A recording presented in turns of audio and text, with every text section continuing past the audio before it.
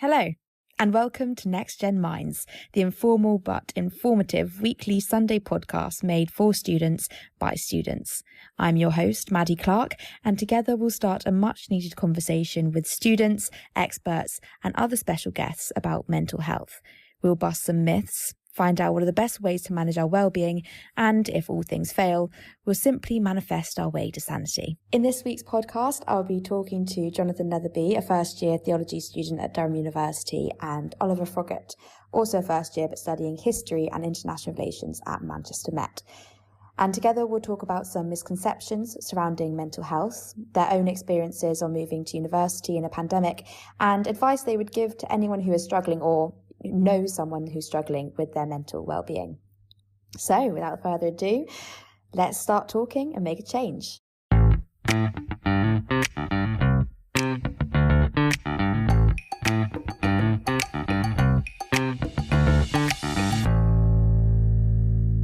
It's nice to see you guys. I don't know about you, but I feel very weird doing this on Zoom. I'm getting serious seminar PTSD. I had a uni, not Zoom, because we used Teams. And we went into breakout rooms. And luckily, I was in a breakout room with two lads who I actually know, because I met them very early on at uni and I play lots of Xbox with them. So we all just turned our cameras on and just had a chat like this and did the work and really quickly and then just managed to talk for 10 minutes. But we all were dealing with the background. So I had a Minecraft background and then I joined back to the main room and I was just sort of sat there like this, Minecraft behind me, and the teacher just looked, he was like, fucking hell, and I just was like, I'm really sorry. That is absolutely brilliant. No, don't worry, I've had many atrocious seminar awkward moments. I think one time I rocked up to my seminar in a Victorian outfit, because basically I was in the middle of recording a monologue, and my friend texted me being like, Maddie, you do realise you're 20 minutes late to the seminar? And I was like, oh God. And instead of doing the rational thing of, getting changed and then going on the seminar, irrational me decides, oh, let's just rock up full Victorian lady. So I go to the seminar in my Victorian costume, my camera was on and everything, and bear in mind, I've never met any of these people before, so they're probably thinking I have some random kink for dressing up as a Victorian lady. So if they're listening to this podcast, hi, I'm Maddie. I promise you I'm not a weirdo. Anyway, before I embarrass myself anymore, before this podcast even begins, I thought I'd christen NexgenMinds with a cheeky bit of a game called Myth or Fact about mental health. Mental health's a myth itself, by the way. I'm actually very excited to have both you and Jono on this podcast because both of you have very strong opinions. So I think this is going to be extremely entertaining and very interesting to listen to. Anyway, let's get started. Myth or fact? Mental health problems are rare. Myth. Myth. Okay. Well, take a guess of what proportion of people do you think have mental health problems? 70%. 60 to 80%. Really? It's actually 1 in 4, which is 25%. God, glad my level of maths went to some use. But it's really interesting that you guys inflated the figures so much. I mean, maybe a lot of young people that we're surrounded by are affected by mental health, or perhaps it's two sides of the same coin. That on one side there's increasing amount of awareness, but on the other side, domestically, there might be still a lot of difficulty, and people generally struggle in starting the conversation about mental health. I mean, it seems like there's still a stigma regarding mental well-being and mental health problems. Me and Ollie are probably right in the number of people who struggle with mental health, although only a quarter of people actually report it or have received some kind of treatment. I definitely agree.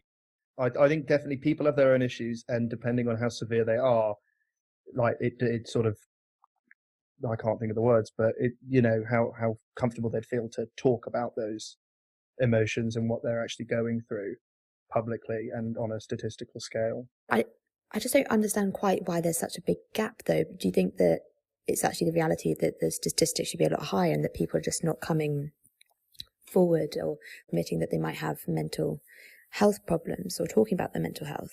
If you were to look at the statistics, you'd think that we'd be in a pandemic of things like autism, but we're not. It's just because understanding it's got better and diagnosing it's got better in the 21st century.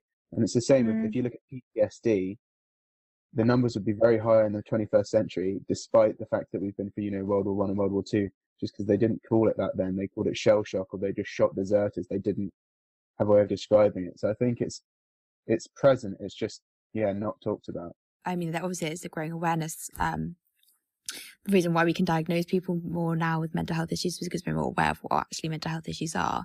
And that you see with the growing campaigns of like Mental Health Month, or like with Boris Johnson recently appointing Dr.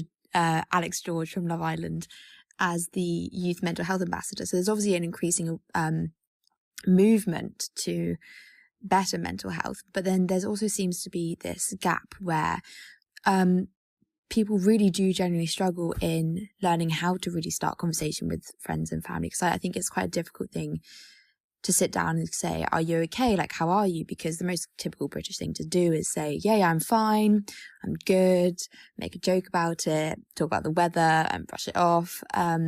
So I think, I don't know whether you guys have had conversations with your friends or family about mental health issues, but if you have, how have you kind of gone about starting that kind of conversation? For me, it's weird. I have very close friends at heart who I feel very comfortable talking to and in seeing if they're all right. But it's strange. Like, for instance, my girlfriend, I talk to her constantly about mental health and if she's doing all right, and then she'll ask if I'm doing all right, and then we'll have conversation about what we're worried about, what we're stressed about, what we're upset with ourselves about, what we're insecure about, and it's really healthy. But I definitely think that with certain guy friends, it's quite difficult, because I've lots of guy friends who I care about, and there are very few who I could really sit down with and have a real heart to heart with. But the only way to approach it is in a way where it's kind of jokes, because it's a bit like, moist to come on being like, how are you? Are you okay? You know what I mean? Yeah. And I think it's definitely quite difficult. But I think the way that I approach it is just try and have a laugh, which is quite silly, but try and have like an open conversation. And I think it's really interesting that you like drew upon that distinction, because I think it is so true that I think men, I'm not trying to generalize here, but there's this social construction or social idea that in order to be a man, that you don't really talk about your feelings, that there's this conception that if you do admit that, yes, okay, you know what, I'm feeling really down, or I do want to talk about X, Y, or Z. I think also people tend to forget that actually, like, men can have disorders like eating disorders or body dysmorphia that are normally linked, or you kind of normally see that as a female mental health problem. And it seems like in the statistics as well, like women are more likely to be treated for mental health problem at 29% compared to 17%, the female to male ratio. But then if you look at suicides in men from 45 to 49 years old, there's a much higher suicide rate in men of that age group. So it seems women, it might be the case, like Jono was saying before, that people that are more likely to come forward and talk about their symptoms are more likely to be diagnosed. So the statistics might actually not represent the full story. I think a lot of what surrounds it is toxic masculinity and the idea that you have to be tough and you can't express how you feel because that's like feminine and it's a feminine trait. And I think there's a sort of sexist stigma that goes around guys having to repress and push down the way they feel because they need to be these big, strong, tough guys. You know what I mean? Yeah, I think there's a major problem in terms of the gender split. And I think in some kind of demographic, suicide is one of the leading causes of deaths for male within a certain demographic. I'm not sure which group. So it's obviously a serious problem. I think it is difficult for men to talk about it as a cultural thing. I mean, I think it's a mix. You can say toxic masculinity. I think there's other factors. It can swing too far the other way, that boys aren't being given the space to, be boyish anymore. Not that we want to kind of open that can of worms and move into another debate because we're talking about mental health. But I think that there are pressures on boys, just as there are pressures on girls. And I think people get, mental health problems for different reasons.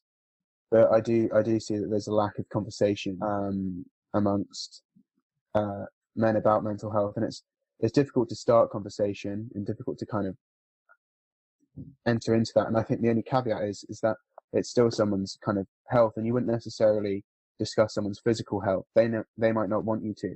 So I think that's a kind of a caveat we should put on these chats, is that, you know, it's great to try and initiate conversation, but we shouldn't push for it, because it is also a matter of private, you know, your private kind of personal details. I'm not sure what you guys think.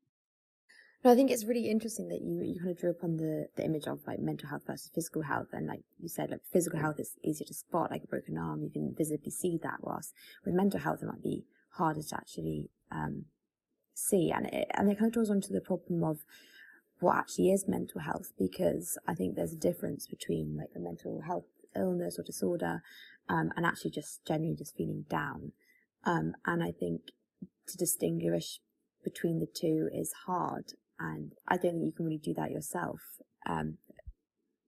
So I guess that's when the conversation again is much needed, but then also where, like you said, where's the line between pushing someone to talk about something that they might not want to talk about. So yeah, it's just difficult. I think there's like a friction between losing a relationship because you push someone to talk about something that they didn't want to, and losing a relationship because you weren't there when they needed you. So it's a really hard line to draw on, but I think there's no harm in just trying to start the conversation.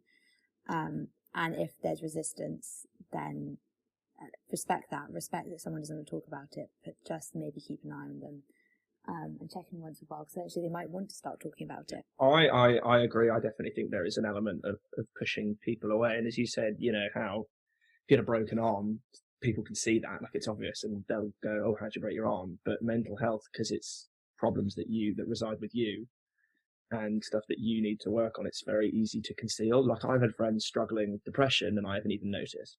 I was going to say, they say a problem shared is a problem halved. And, you know, I can't say that I have felt it, but I'm sure there are some people who don't want to share with their friends because they don't want to pass on their problems or burden them. They feel so bad about what they're going through that they don't want to spread it. And obviously that's not true, because it is, you know, a problem shared is a problem halved, many hands make light work, and, you know, all these silly little kind of phrases, but I think it does ring true in terms of mental health. And I think it's very difficult to delineate between physical and mental health because they're so intertwined. They definitely affect one another. I mean, I don't have the statistics, but I'd imagine that you'd see a correlation between poor physical health and poor mental health. I mean, eating disorders and stuff exactly. like that. People are unhappy with their own bodies, and therefore they lower their self-worth. And on a wider point about why it's so difficult to talk about, because it's not visible, that you don't see someone wearing a cast, you don't see someone covered in bruises. There's a sense of the kind of unknown, and there's a sense of ineffability about it. And that's why I think people don't talk about it, because they just don't have the words to it. It's kind of, you know, fighting thin air in a way. It's very difficult to speak about the unknown, the unseen. No, exactly. I think some people struggle to identify what they're feeling and kind of differentiate between what if they're feeling down or if they're feeling depressed, because I think we're not taught about it in schools. That like in primary school, secondary school, we're taught about how to answer exams on an exam paper and have the occasional PSHE lesson on drugs.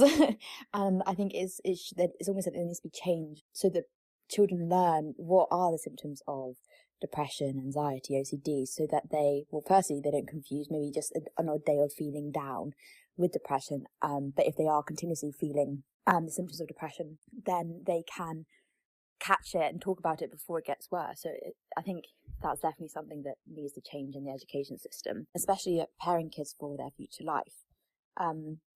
Talking about future life, you are both first year students who are currently in their second term of university, and I just wanted to learn about your experience of moving to uni in a pandemic, because I mean, uni itself is a daunting experience. It's something completely new environment, new friends, your independent learning, you've got to fend for yourself. But then added on to this pressure is the fact that a lot of students, you rely on jobs, can't work because of corona, and secondly, you are in isolation. You're stuck with 10, 12, 15 people that you've never met before, and you have to get along with them because they're your flatmates. You're obliged to, because you can't socialise with anyone else.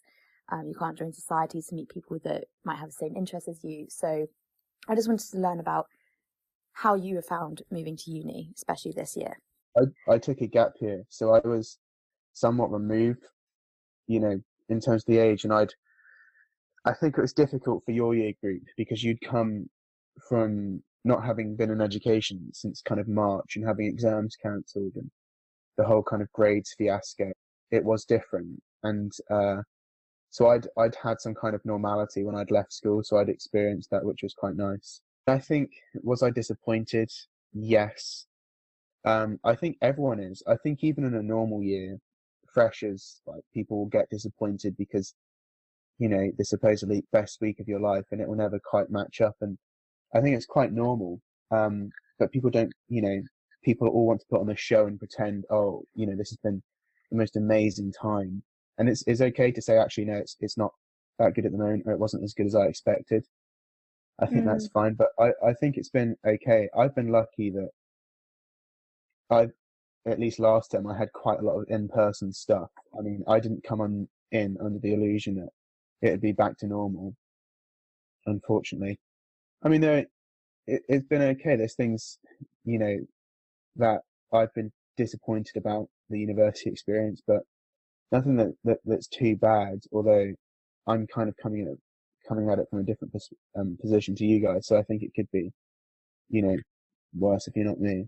What about you, Ollie? Did you kind of feel the same as Jono, or did you find that you had quite a few expectations that were just not lived up to when you went to uni? Manchester was in its own special lockdown, and I couldn't do anything. Everywhere was closed, you know, and I only knew a couple people there. I had no time to make friends, and then it was in its own special lockdown. So I popped home for like the third weekend I was there to see my girlfriend and see my parents and just let them know how I was getting on. And then they were like, we're upping the lockdown, so you can't really go out now, like even like leave your building. So I was like, I'm going to stay down in Surrey still. And then lockdown at November came. So I've been home since like October and haven't been at university because I only got to spend 3 weeks there.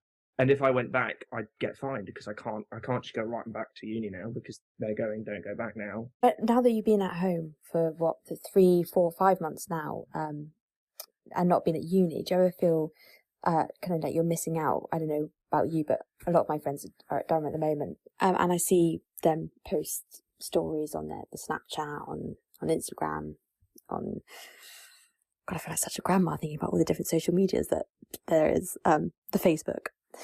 When you see everyone posting their stories about this amazing time they're having at university. I mean, even when I was at Durham and seeing my old school friends post about what's going on in their own universities, I always felt like I wasn't having as fun a time as they were. I was still having a fun time, but there's always that comparison that, well, what if I'm missing out on something?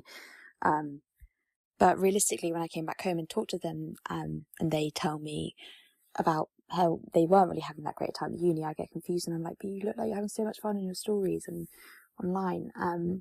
But it's because actually social media, it tells the wrong narrative. Like half the story is actually we wake up at 12 o'clock hungover, feeling rubbish, in our bed for half the day, alone, watching lectures, with our cameras turned off and eating leftovers from the night before.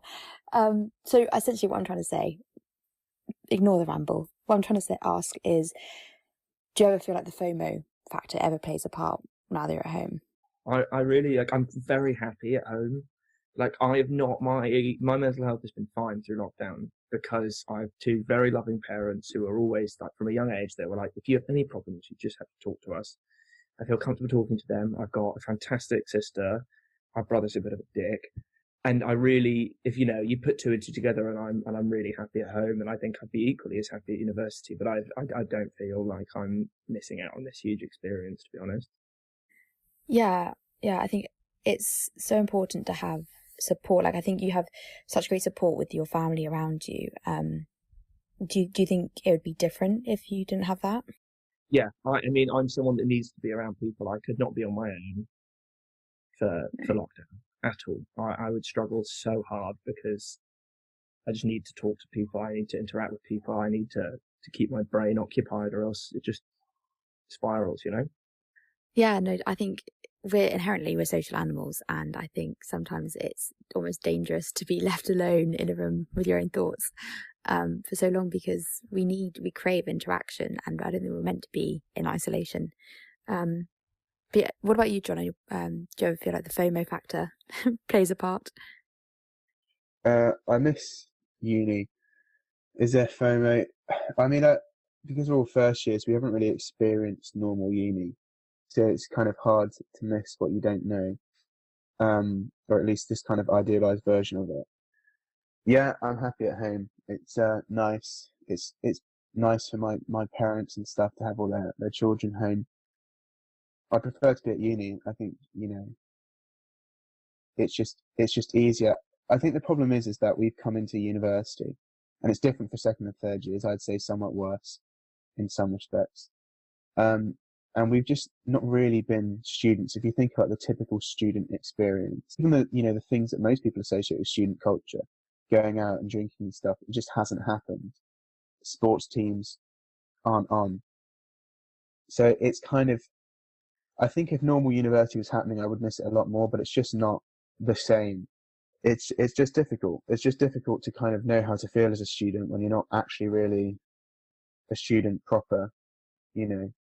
Yeah, no, totally. It's like we don't know what it means to be a student, so how can we comment on what life of a student is like? But going off the back of university and our experience at university, obviously this year's been like no other. And I don't know about you, but I really struggle finding ways to stay sane every day, because I do feel like it's a bit like Groundhog Day. You wake up, you do your lectures with your camera turned off, you do your seminars with more likely your camera turned off, and add a sprinkle of awkward conversation into there. You go to lunch, go to dinner, pop into your friend's uni room, and then do the same again the next day. So I was just wondering, how do you guys cope with that kind of Groundhog Day feeling? Well, I think Groundhog Day can occur anywhere. You get it in the normal 9 to 5, wouldn't you? It is difficult when you're kind of in one space. What we didn't get is this idea of, you get to walk to lectures, you walk to a seminar, walking about the place, finding excuses to leave college was really, really important.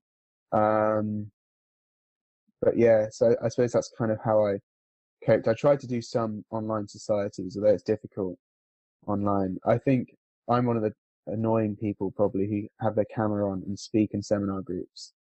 And I think that's an important step in doing something, because that, you do need to just sometimes take action and not just kind of sit there and stagnate and just kind of have seminars and lectures on in the background. So you've got to kind of make your own motivation. What about you, Ollie? What do you do at home to keep entertained or sane?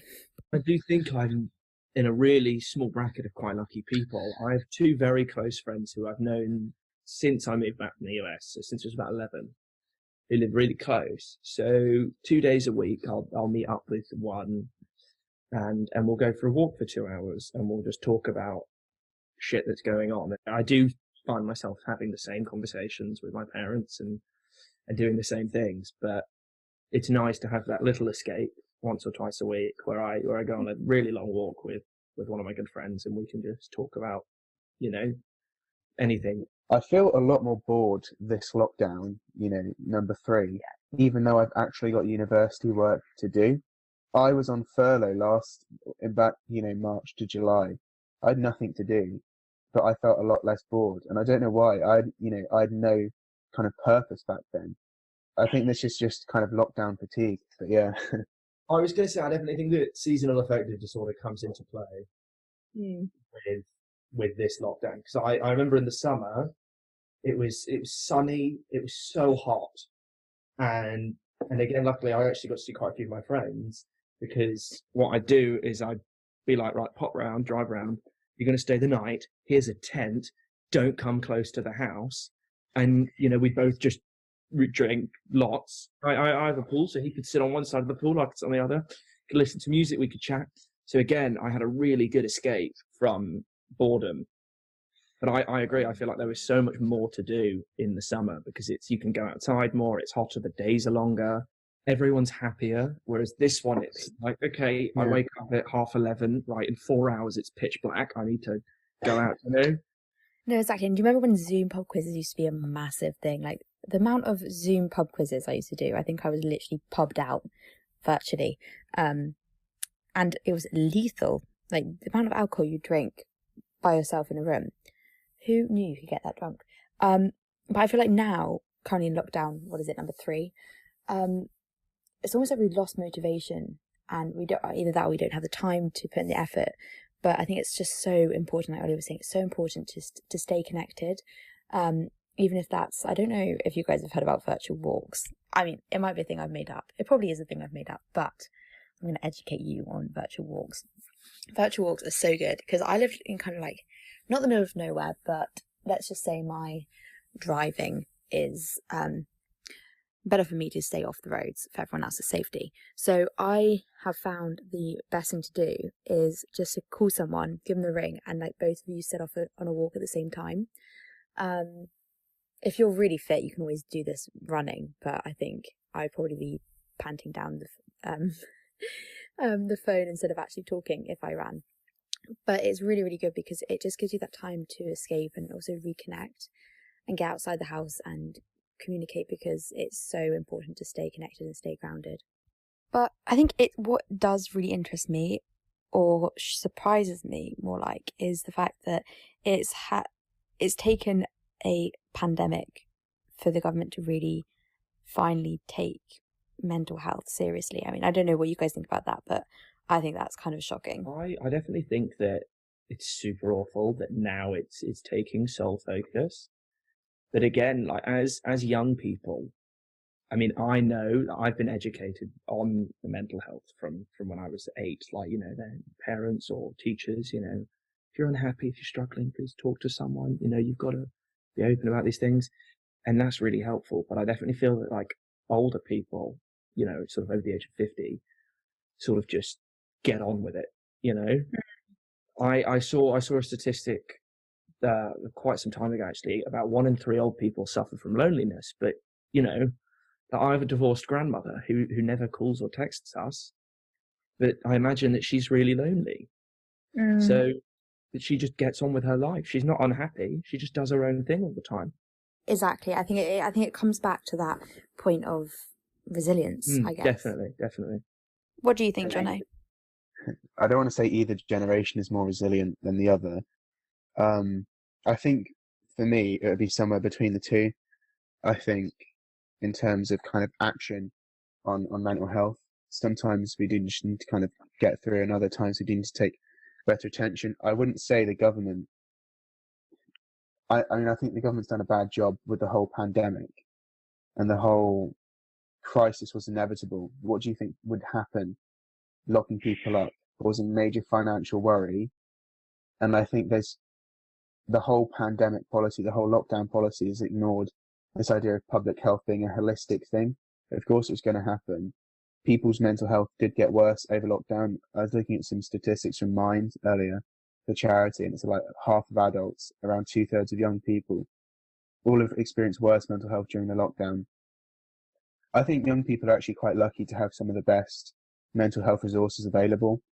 Yeah. Certainly some of the most aware people regarding mental health. And if you think about students at school or university, we've got services, counselling services, as underfunded or as pressured they might be, at least there's a specific university service for mental health, whereas people outside of the education system don't have that. So I think that needs to be the focus is focused on as well. But I think it's inevitable, and I think we need to rethink lockdown and the way it kind of happens in terms of the nation's mental health, because the government can't, wax lyrical about how they're helping mental health and then keep us in a state like we are, because then it's a case of what do you value more, physical health versus mental health. I would love to start heading down this rabbit hole of government policies, but we unfortunately don't have enough time for that. So I'd just like to ask you one question. If Bojo sat in front of you right now and you could tell him one thing that you think he should do for mental health, or he could have done differently regarding lockdown and mental health, what would you say to him? think it's not just Boris Johnson. I think that obviously there's a bit of a problem with coronavirus, but I think we need to stop with this kind of fatalism. I think young people, I mean, it's really a different kind of show if we discuss lockdown policy compared to mental health. But I do think that keeping young and healthy young people locked inside for a disease that primarily spreads in care homes and hospitals is never going to be a good idea. Let young people go out and be young people and gain immunity. We should never have shut schools. I think it's disgraceful, and we need to look back on this as something that can never happen again. It's disgusting, really, what's happened. There'll be a massive kind of lag in this generation of group. I mean, for some people, they might not have taken any exams, kind of physical exams, between university and then their GCSEs. I think for some, I think it's completely disgraceful that we're shutting schools, and it's not the right policy. But it's a lot more complex than just a mental health thing. I think other physical health problems are being caused by lockdown, but like I said, that's for a different podcast. Well, I'll be sure to get you back on when we talk about governmental policies, Jono. What do you think, Ollie? Closing schools was pure stupidity because, I mean, it was sort of school, they sort of shut everything down before summer, and then summer came and everything started to like fix itself really slowly. You know, there were still quite heavy restrictions. But then back in September, they were like, let's sort of try and get people back out to school, but then it didn't work.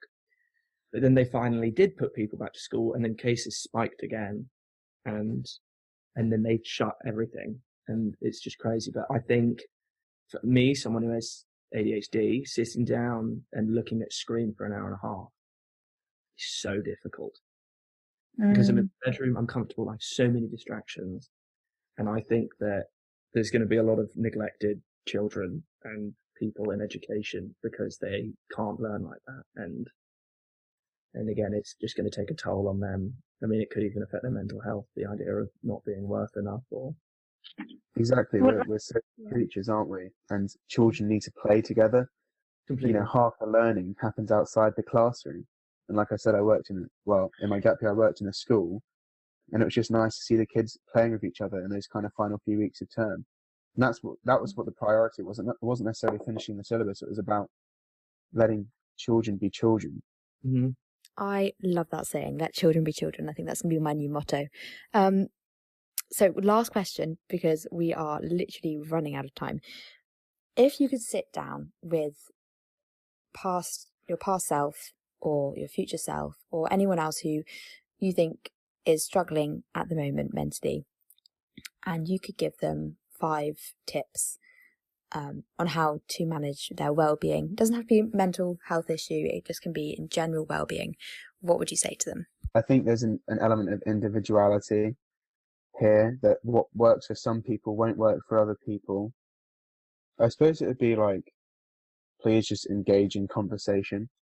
Please, you know, if it's something that will make you feel better, tell people about your problem, because people genuinely do care. I think my tips wouldn't just be for the person, but be for people around them. Leaders, teachers. You can't, you know, if you're a leader of people, you need the people under you to actually be productive and be good. You to be caring about mental well-being. I was listening to this kind of interview earlier about mental health in the military, and it's really important to take care of your friends, because I think there's this element that they'll take care of you when you're down. So be prepared to listen. It's all very good if someone's if someone's willing and wanting to share, that's great, but they need someone to listen to. They need someone to be listening to them as well. So I think it's the tip for everyone is to be a better listener, be actively kind of wanting the best for your fellow men, I guess, would be. Sorry, that's not 5 tips, but that's all you're going to get. Yeah. No, I completely agree. It's a two-way thing. It's a conversation, and you can't have a conversation unless you have an active listener, like you're saying, and someone who's actually willing to speak. And it's just about creating, I think, a society that is more open about it. And I think we are getting there, but I think there's still a long way to go. I think it might sound a bit old-fashioned, but don't put yourself into a position where you're going to compromise your mental health. Some things can't be helped. Some trauma can't be helped. I don't think people help themselves. You know, you do have to make an effort sometimes. Try and contact friends, even if you think you're fine now. Try and contact friends. Go out walking, exercising, whatever. Do things that make you feel good, because the best cure is prevention, right? So don't let your mental health be compromised.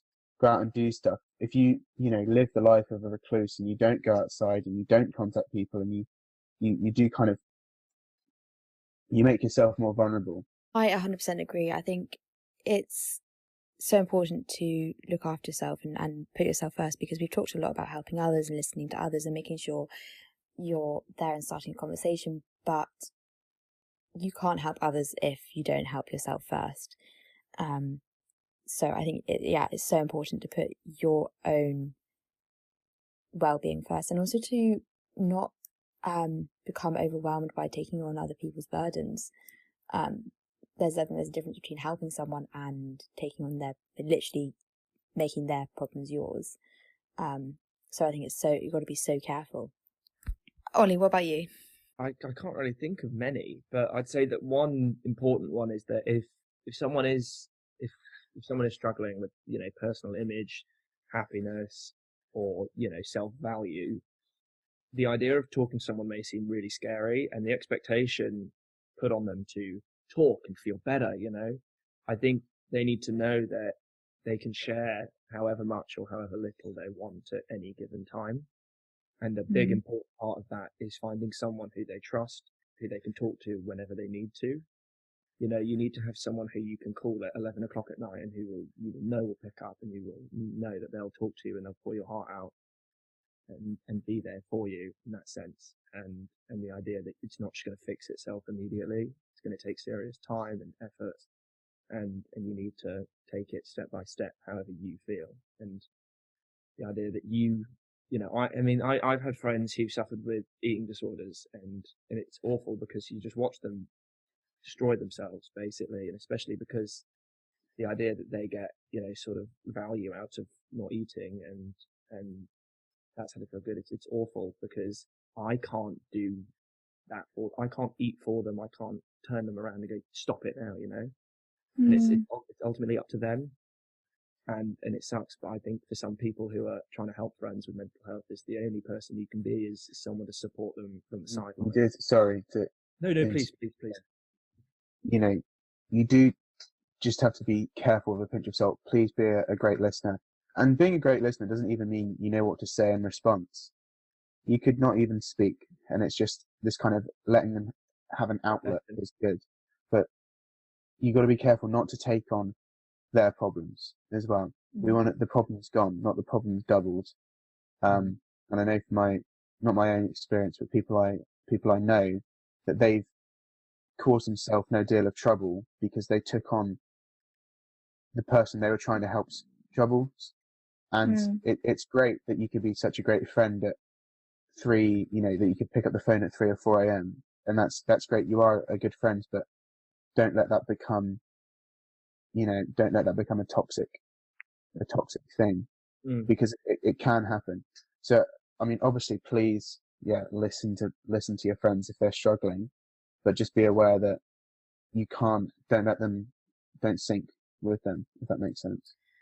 I could talk to you guys for hours on this, but I just wanted to say thank you both so much for doing this and being part of the show, and also being patient with me for my first podcast. I know we've had a few blips, but you've made it very entertaining and interesting, and it's great to hear from both of your perspective, especially as you guys are male and freshers going to uni in a pandemic. I'm just so grateful that you've been so willing in starting this conversation with me. It has been an absolute pleasure talking to you both, and I just want to say thank you also to everyone who's tuned in for the very first NexgenMinds podcast. I hope you enjoyed it, and just watch this space because there are many more coming your way. NexgenMinds is part of an important initiative to draw attention to the mental health crisis unfolding amongst the future generation, and to eradicate the stigma and taboo of talking about mental health. If you feel that any areas or topics discussed affect you, or you're simply feeling lost or overwhelmed, Head to the Nexgen University's website for resources on how to cope, including the 30-day mental reset challenge. This challenge includes short 3-minute videos to help equip you with a toolkit of useful coping mechanisms and ways to strengthen your well-being. And remember, start talking, make a change.